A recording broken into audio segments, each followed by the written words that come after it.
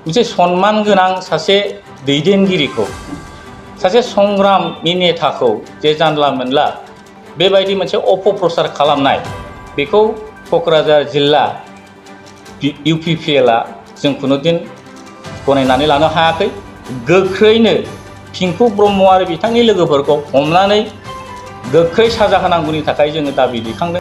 जानला मोनला बेबायदि फेसबुकआव फोसावनायखौ बिथांमोना गोजानाव थानांगौ आरो जाय बिथांमोना दिनै बेबायदि आइ लाभ BPF एबा क'क्राझार इउथ BPFनि गासै फेसबुकनि दैदेनगिरियानो जाथों मावथियानो जाथों बिथांमोना बेबायदि अपप्रचार खालामनाय नंखाय बाथ्रा फोसावनायनिफ्राय गोजानाव थानांगौ। दिनैनि बे प्रेस मिटनि गेजेरजों मिडियानि गासैखौबो गोजोननाय जासिबाय। लोगोसे साफ्रोमबो नायगिरि रायजो राजा बयनिसिमबो गाहाम हामलायनाय सिबिनायखौ जासिहरबाय। क'क्राझार जिल्ला UPPLनि सासे स्पक्सपारसन हिसाबै दिनै जोङो मोनसे बिसयखौ लानानै बेवहाय प्रेस मिट खालामनाय जादों।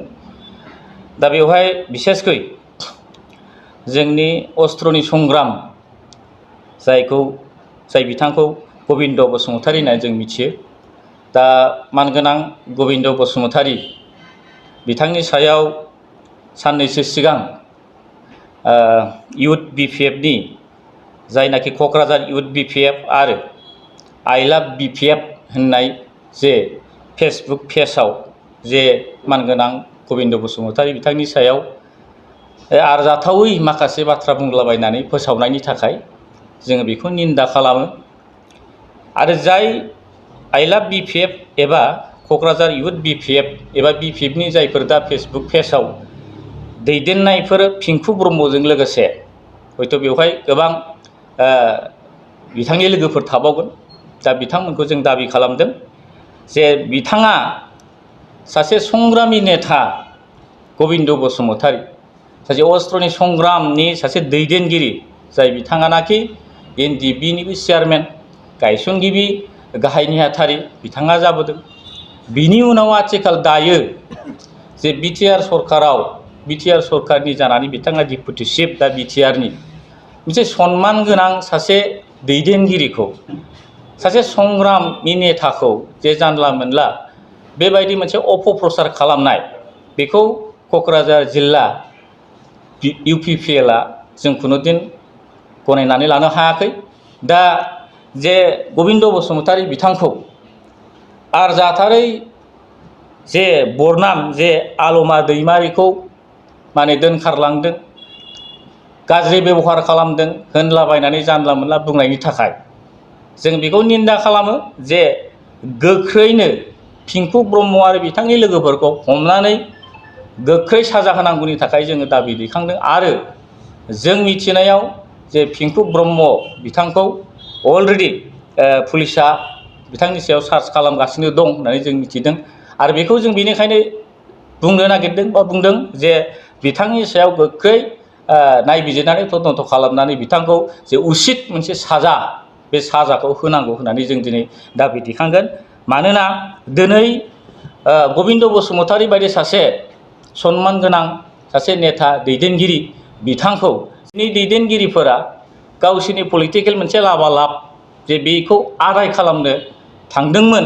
नाथाय जों बेखौ बुंनानै जोङो बेखौ बुङो जे बिथांमोना जेसेखि गावसोरनि पलिटिकेल लाबालाबनि थाखाय बुङाथों मानो दिनै बे फोरमान जाबाय थादों जे आननेसेसारि जुक्ति गैयै माखासे बाथ्रा बुंलाबायनानै जे BPFनि दैदेनगिरिफोरा BPFखौ मोजां मोननो नागारै रायजो राजाफोरा दिनै बेफोरबायदि गाज्रि मोनसे फेसबुक पेजआव होनानै UPPLखौ बदनाम खालामनो नागिरनाय बे खामानिनि थाखायनो रायजो राजाफ्रा दिनै BPFनिफ्राय आनज्रायलांदों एबा BPFखौ गाज्रि मोननाया दिनै बांनायनिफ्राय बांदों। जेयानो हक दिनै जों बेखौनो खावलायगोन जे सासे संग्रामि नेता जे गबिन्द बसुमतारी बिथाङा BTR सुक्तिनिबो सासे सागानगिरि जाय बिथांखौ बेबायदि जानला मोनला जुक्ति गैयै बुंनायनिख्रुइ जानला मोनला बेबायदि फेसबुकआव फोसावनायनिख्रुइ बिथांमोना गोजानाव थानांगौ। आरो जाय बिथांमोना दिनै बेबायदि आइ लाभ BPF एबा क'क्राझार इउथ BPFनि गासै फेसबुकनि दैदेनगिरियानो जाथों मावथियानो जाथों बिथांमोना बेबायदि अपप्रचार खालामनाय नंखाय बाथ्रा फोसावनायनिफ्राय गोजानाव थानांगौ।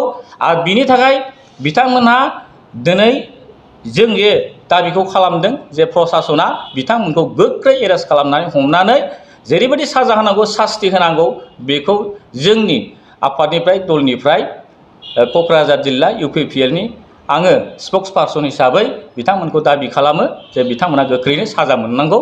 बेखौ जों दिनै बे प्रेस मिटनि गेजेरजों दाबि खालामनाय जाबाय।